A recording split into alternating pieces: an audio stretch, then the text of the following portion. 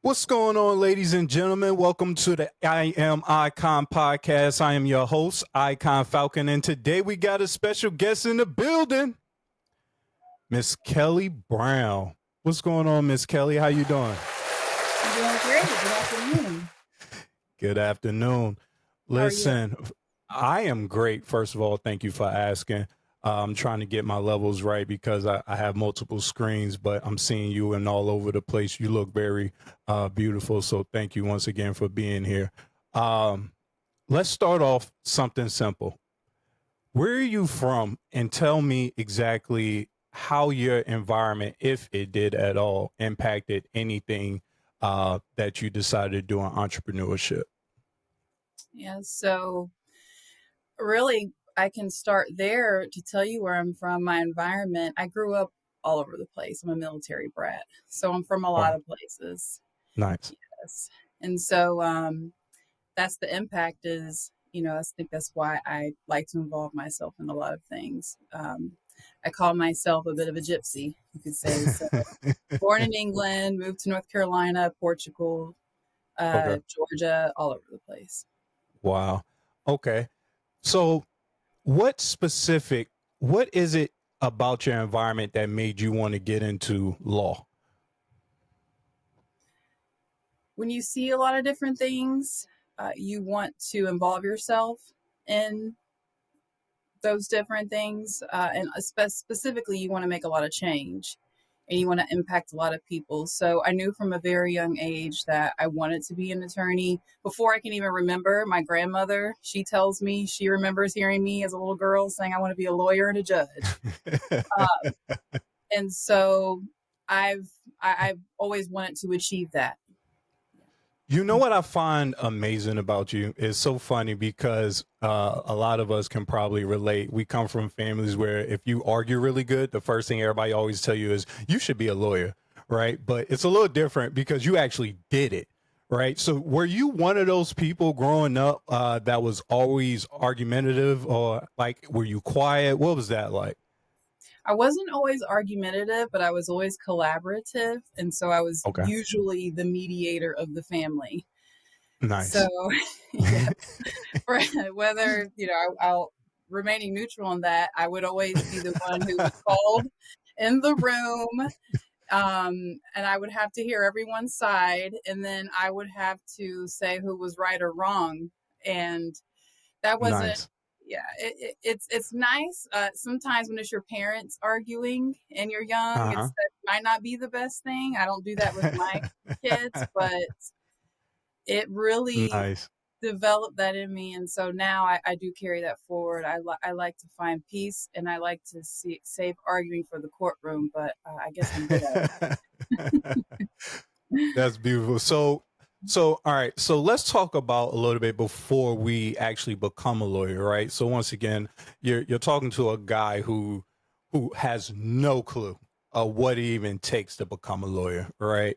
Uh, what first steps, right? You graduate high school, you go to college. What do you study in college? Criminology is what I Okay. majored in undergrad. Nice. And once we graduate from college, what do we do next? We teach elementary school students. Um, No, that would definitely help you. Listen, have you ever argued with some elementary school students? Listen. right. Exactly. And breaking things down, the law can be pretty complicated, but Okay. really Yeah. teaching, I'm glad God put me in that position because it taught me how to be able to break down complex things to almost anybody. So it helps with arguing. Hmm. Oh, so Yeah. so then we do the elementary, and then what was the next step for you right after that? Law school. Law school. So yeah. Mhm. How long is law school? For me, it was 4 years, and I went to North Carolina Central University in Durham, Nice. and the evening program. Thank you. Shout out to the Eagles, Legal Eagle. And I was in a 4-year program, the evening program, because I taught during Yeah. the day. I was also in the military at the time. single mom, 2 kids, one with autism. So I had to balance all that and get ready for class in the evenings for 4 years straight every semester. Wait a minute. Let's back up. There was a lot said right there. Okay. Law school, first of all, is, I can only imagine, is a lot. How difficult is, without adding in the other things, how difficult is law school by itself? Law school is, for me, it was difficult to the point where I had to quit teaching and focus on that as like a job. That was my job, essentially. Wow. So law school and a parent at the same time, how difficult was that on you at that time, in that current time and moment? It was very difficult. I would say the most difficult part was only having about 2 hours during the day with my kids. And that would be in between them getting out of school and Mhm. me going to class. I had a mantra. I would have them shower fed and ready for bed, is what I would call it. And I essentially had a two Nice. hour, yes, I had a 2 hour turnaround to get them ready for my mom to take over by 4 so I could hit the road. Because, mind you, I also had an hour and a half drive to and from school every Wow. class day. Mm-hmm. Yeah. So it was Wow. difficult. Yeah. Okay. So, wow, that's a big deal, first of all. So con- congratulations on graduating law school, congratulations on being a lawyer, but congratulations on being able to overcome any type of obstacle at that current time for you to be able to be where you are today. So I still want to stay there just for a second, because that is still a heavy load, right? A lot of people look at entrepreneurship as just a quick way to make a dollar, work for yourself, freedom, independence. But a lot of people can't stomach what it takes to be able to even get to a level to sustain yourself, right? All of those difficult obstacles that we incur just in basic life doubles when you become an entrepreneur, because you go through the hurdles of your normal life, but then also the hurdles of you trying to obtain success, right? Yes. What are some of the things you had to give up while being a mother and going through law school? Like, what are some of the things that you just couldn't do that you wanted to partake in?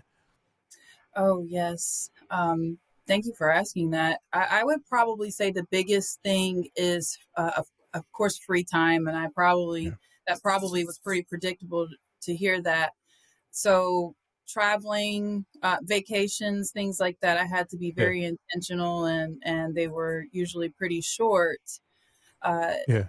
and on top of having a, a social I would say a social life, but it really kind of transforms. It transforms because now your social life, you have classmates, there's plenty of Yeah. study time. And so you would Yeah. incorporate that, you would study and then you would take some time for yourself, but you learn how to get away while staying in place, I would say. At, if I may ask, how old were you at that time? Okay. I was 25. Okay. Yes. That was the year I started law school when I was turning, let's see. Oh gosh, please forgive me. And now one thing I No, can't say is everyone knows lawyers are bad at math. So let me try to figure these numbers out. we don't even have to be specific to, because Okay. honestly, where I was going with this was, the reason why I was asking is because all these things that you're going through at that time and moment, were did you have the were you already aware of the intelligence of your emotional and mental balance? Like, how did it affect you mentally and emotionally going through so much at that time? Oh, okay. Well, that's really That's a heavy question, and Yeah. I'll give you the full answer. I had a lot to propel me forward. Okay. My father died after my first year of law school. He overdosed. Wow.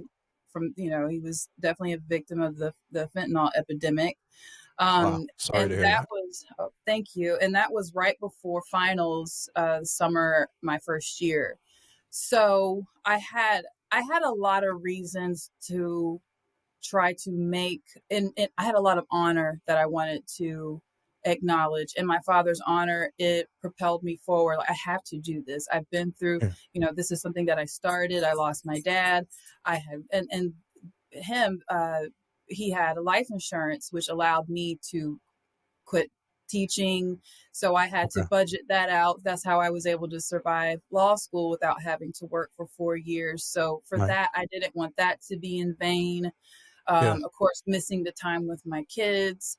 I had a lot that I was sacrificing and a lot that I had lost where Yeah. if I didn't finish, then, a lot of that may have been in vain. So I took that into consideration. And that really is what helped me to get up every day and to take that ride. And now in hindsight, I don't even necessarily know how I was able to do that, but that's what gave me the energy.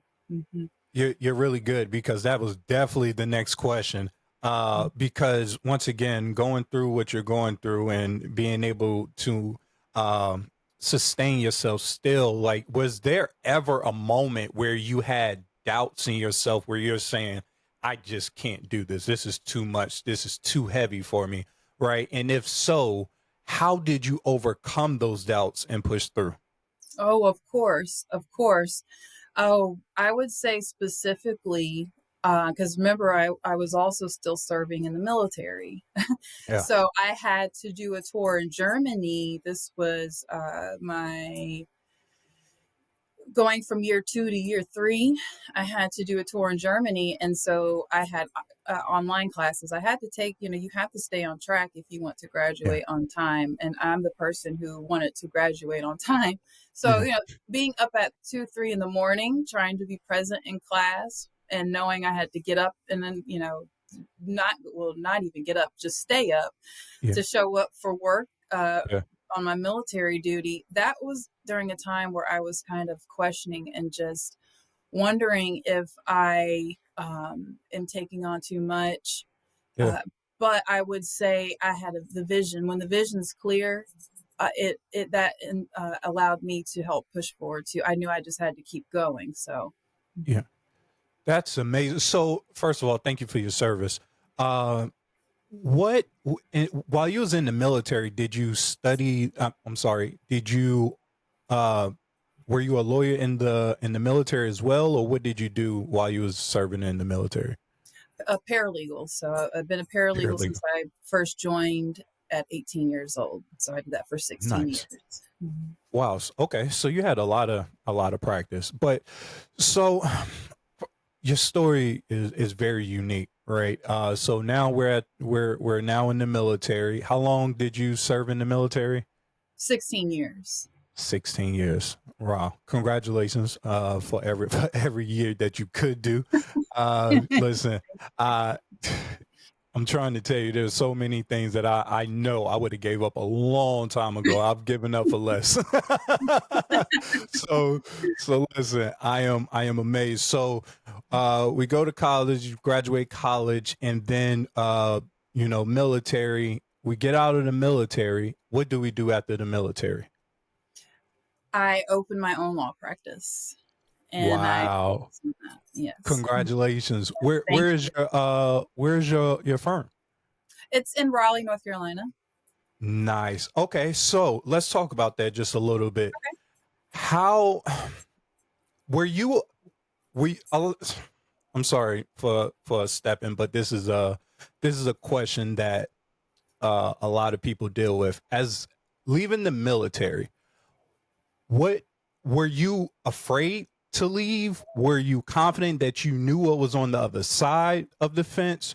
Right? What was your thought process in that transition moment?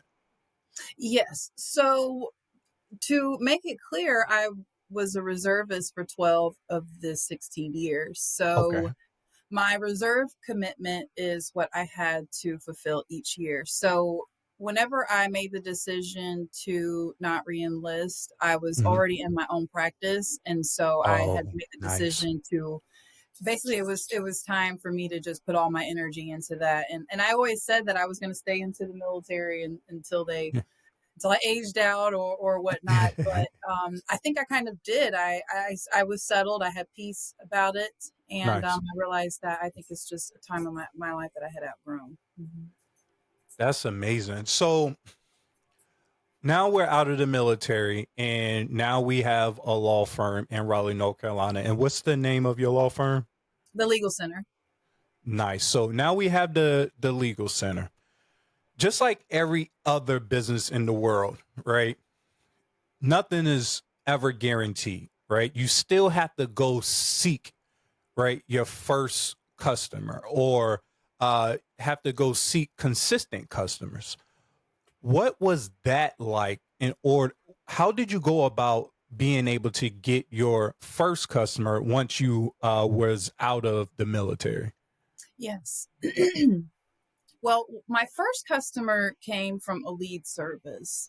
So, as Okay. a lot of lawyers do when they're starting out private, they will sign up for a lead service. That way, clients can be filtered to you or funneled to you, I should say. And also, I've been very blessed to have a lot of referrals. I essentially survive off of referrals. I stay busy with that to where yes. So, I got some with, family members I can refer right now. oh, you know, Lord, everybody needs help, right? We all need help. There's rules for everyone to follow, and everyone is Yeah. subject to breaking those rules. So, I would say, I guess because I am a more approachable person. I Yeah. have and I'm also I take a more personable approach to my practice. I like to get to know my clients. I tell them, look, Yeah. we're going to be best friends while I'm representing you because I Wow. have to know how to represent you and I need to know you to be able to do that best. So True. I guess that has stuck with people. And then if something, once I finish with them, they have friends or family, something happens, they refer them to Yeah. me. And yeah. Hmm. Nice. So is that so now that we're here and we're talking about sustainability, the same way that you started receiving your first customers, is that the same way you sustain, or how do we move up to the next level? What does that look like? Yes. So the next level for me is now that I have narrowed down what I like to do. I've done so many different things from real estate closings, family law, Wow. uh, criminal law. I'm in the federal courts. I've narrowed it down to what I like doing and the clients that I enjoy helping everybody, but the Yeah. clients that I relate to the most and the ones that I've got the most tricks of the trade for, I guess you could say. I mean, I'm like, okay, this is where I need to stay because it's my bread and butter Yeah. essentially. Now the next step is I want to start putting myself out there more. So instead of just Okay. receiving everything that comes to me, I want to start reaching out to those people that may not know that I exist and that I can help Yeah. them. And then I've that. And also, and I'll say that that area of laws in particular is personal injury for one, but it's also helping those who are either service members or not in the service anymore, those who are subject Yeah. to the federal laws that a lot of attorneys shy away from their cases because they don't Yeah. know how to make sure that they're able to receive and keep their settlements. Yeah. I'm aware of those, and I know how to communicate military, Yeah. federal programs, so I know how to communicate with them. So I've been very successful there. So that's now the next step to the next level is to reach out to those people. So what you just said is actually extremely beautiful to me, personally, because there are a lot of veterans that need some type of help, and Yeah. especially legal help in so many different areas, right? And I'm pretty sure you can attest to this because you was once in the service. Mhm. Um, veterans, they go through so much, and sometimes they feel like they get the short end of the stick, and there's no one there to help them or support them or, serve for them the way that they serve the country in the country's time of need. So I think exactly your positioning is extremely important, and I really salute you for that. And I hope to be able to see your growth in that. I want to also circle back to something that you spoke about as well when you said when you spoke about putting yourself out there more, and I find that very interesting. Once again, the reason why I find it interesting is because it's starting to become a pattern across entrepreneurship that is unspoken of, and the pattern is no matter who you are, what you're doing, or what you're trying to start, you still have to market yourself, right? You still have to do what's needed in order to be able to have that sustainability and that growth, right? And I'm only tapping on that because we have so many people who want to be entrepreneurs or business owners, but they don't want to put the work and effort in to actually maximize their potential, right? A lot of people, they just want to make a quick dollar and think because they get a certificate that says they're a business owner and they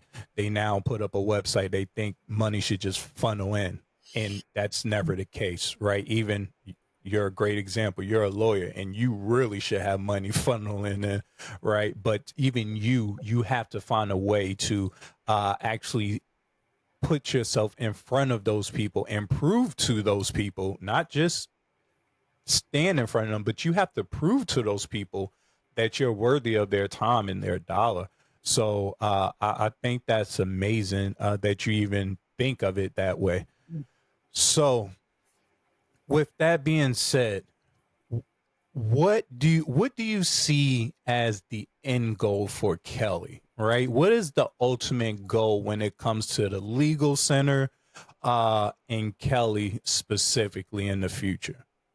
Okay, yes. So the ultimate goal for the legal center is to be a across the states, across the country. To I want to Nice. have hubs across the country that are there ready to serve those that target audience that we just spoke about. Yeah. And the end goal for me, I want to get involved in politics at some point. Yes. Ooh, scary. Oh. That's amazing. So is there anything specific that attracts you to politics? And the only reason why I'm asking is because, once again, as a guy who really doesn't know much about anything when it comes to politics, but you also want to stay away from it because it just seems like the biggest headache of your life sometimes. But it seems like you gravitate towards it, you run to that, which shows a different level of ambition. But is there anything specific that attracts you to politics? Yes, and it really circles around to the very first thing that you asked me about um, whenever we spoke about living in different places and seeing a lot of things. There's a lot of Yeah, change that needs to be made. And so, I agree. what I've realized as a solo practitioner here on this level, there's so much that I can do specifically. It's almost like I'm the forest and tree analogy Yeah. where I'm impacting trees, but there's only one way to change the forest, and that's going to be for me to run for politics. So, Oh, nice. mhm. So now we're speaking about running for some type of office. Yes, some type of Okay. office and seat. I'm going to leave it open in the universe. Nice. I just know that at some point I am going to be running for some seat at some point. Nice. That's amazing. Listen, one more time. I'm sorry. Listen, this is amazing. I'm really, really, you know what? It sucks sometimes because coming from the neighborhoods we come from, we typically don't get a chance to see a tree like this grow, right? We normally just get to see the end game, which is normally when we need them the most. Normally it's in the courtrooms already, right? A lot of us, we don't know what it takes to be able to become a lawyer, let alone the things that lawyers go through to be able to be who they are, right? Because a lot of times we just think they graduate from law school and all some miraculous way they found us, and here we are, here they are charging us $10,000 for, what I'm saying, for 5 minutes. But to be able to listen to the slight backstory, because it just sounds like there's so much more there. To be able to listen to the slight backstory of you, and learn some of the things that you endured on your walk to becoming an actual lawyer, and now we speaking about the legal center, right? It's almost like we get a chance to just watch you grow. Right. So now, now we know we get to look forward to seeing you in somebody's office running for some seat. Right. I think we're definitely going to keep our eyes open for that. And I'm super excited to watch for that. So before we even think about wrapping up, we have to give some type of advice. Coming from the neighborhoods we come from, right? A lot of times, lawyer is not at the top of our list to become, because everyone, when you say lawyer, the first thing everyone normally tells you is you got to go to school for a long time. And a lot of us don't even like being in school for the long time that we were supposed to be there anyway. Right. so now you want to put us in school longer, and it's not happening, right? But what advice would you give to someone who even thought about saying, you know what, I want to give this a try, but I don't know what it's like over there? What advice would you give someone? I would give them first, to a person who is considering being a lawyer, I would give them advice to go sit in a courtroom. Courtroom hearings are open, they're public hearings. Just go have a seat. If you have free time, you can come in and out as you please. No one's checking for you at the door, as far as the courtroom door. Yeah. That way you can just see if you enjoy being in the atmosphere of a courtroom. Not every lawyer goes to court, but every lawyer goes to law school. So you can also have an opportunity to stop someone who is a lawyer and say, hey, I'm considering it. Can you tell me a little bit about what you're doing, or just give me, a quick 5 minutes of advice? And I can guarantee you that that lawyer would be more than happy. Well, we love talking about ourselves. We love to talk in general. They would be more than happy to share any nugget of advice that they have with you. Yeah. After that, I would say you have to know that you're willing to stay in come hell or high water, That's because it is that's a amazing. journey. Yeah, it is a journey to That's get amazing. there. Yeah. So I would say that, it's a field. The beautiful thing about it is there's so many different types of lawyers, and Yeah. rules govern almost everything that we do in our lives. And so it's not just limited to doing criminal or family. You can do environmental. You can just be a lawyer who helps animals, Yeah. or people from other countries or things like that. So just know that, find an area that you like, or whatever you like, you can be a lawyer for that particular thing in life that you like. Entertainment, there's so many different things. So I would just say, have an open mind, be ready to know that you're going to be in it for the long haul, you're not going to quit, and then Yeah. don't be afraid to ask questions. Miss Kelly, I don't think I could think of any other way I would want to end this conversation and podcast. I think you have been an inspiration. I kind of wish I knew who you were about 10 years ago, when I had about a little bit more time to go to law school. Uh, but like I said before, to be able to hopefully get a chance to watch you grow and the audience watch you grow, I think that's going to be the most exciting part for us now that we do know who you are. If you do not mind, do you have maybe a social media that people can reach you at to ask questions, book your services? How can people locate you? They can go to my website. I am, like, putting myself out there is something that Nice. I will be coming. But if you would like to reach me and ask me any questions, you can go to kblegalcenter.com. And that's KB as in Kelly Brown. And you can easily type in a question. My work line that rings directly to my phone is up there. Please feel free to reach out at any time. Amazing. Listen, Miss Kelly, it's been a pleasure speaking with you today. Thank Thank you for making time to even speak with us today. You have officially been stamped a icon now. Thank thank you for speaking you. with the I Am Icon podcast, and I wish you the best in your future. All right. Thank you for having me. Thank you.